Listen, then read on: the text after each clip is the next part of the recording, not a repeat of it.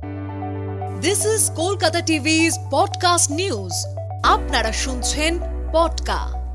আফগানদের আজ জোড়া শত্রু অস্ট্রেলিয়া ও বৃষ্টি। আমি পবিত্র, শোনাবো বিস্তারিত।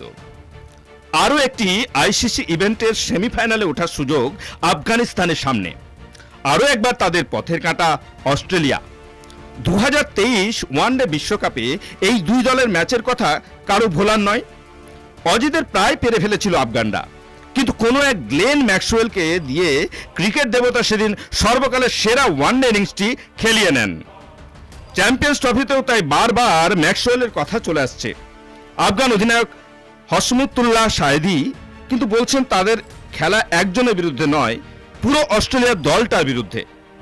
আজ জিতলে 4 পয়েন্ট নিয়ে সেমিফাইনালে চলে যাবে আফগানিস্তান।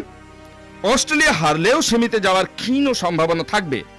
সেক্ষেত্রে ইংল্যান্ডকে শেষ ম্যাচে দক্ষিণ আফ্রিকাকে বড় ব্যবধানে হারাতে হবে। তবে রশিদ খান, মোহাম্মদ নবীদের দুশ্চিন্তা লাহোরের আবহাওয়া নিয়ে। এই টুর্নামেন্টে ইতিমধ্যেই 2টি ম্যাচ বৃষ্টিতে পণ্ড হয়েছে। শুক্রবারের গুরুত্বপূর্ণ খেলাটাও সম্পূর্ণ ভেস্তে যেতে পারে। বৃষ্টিপাতের সম্ভাবনা রয়েছে 75%। ম্যাচ শুরুর আগে বৃষ্টির সম্ভাবনা 35%। তবে বিকেল 4টের পর দুর্যোগ কেটে যাওয়ার আশা আছে। খেলা হতে গেলে গদ্দাফি স্টেডিয়ামের মাঠ কর্মীদের প্রচুর পরিশ্রম করতে হবে। এখন বৃষ্টিতে যদি ম্যাচ ভেস্তে যায় তাহলে অস্ট্রেলিয়ার পৌষ মাস আর আফগানিস্তানের সর্বনাশ।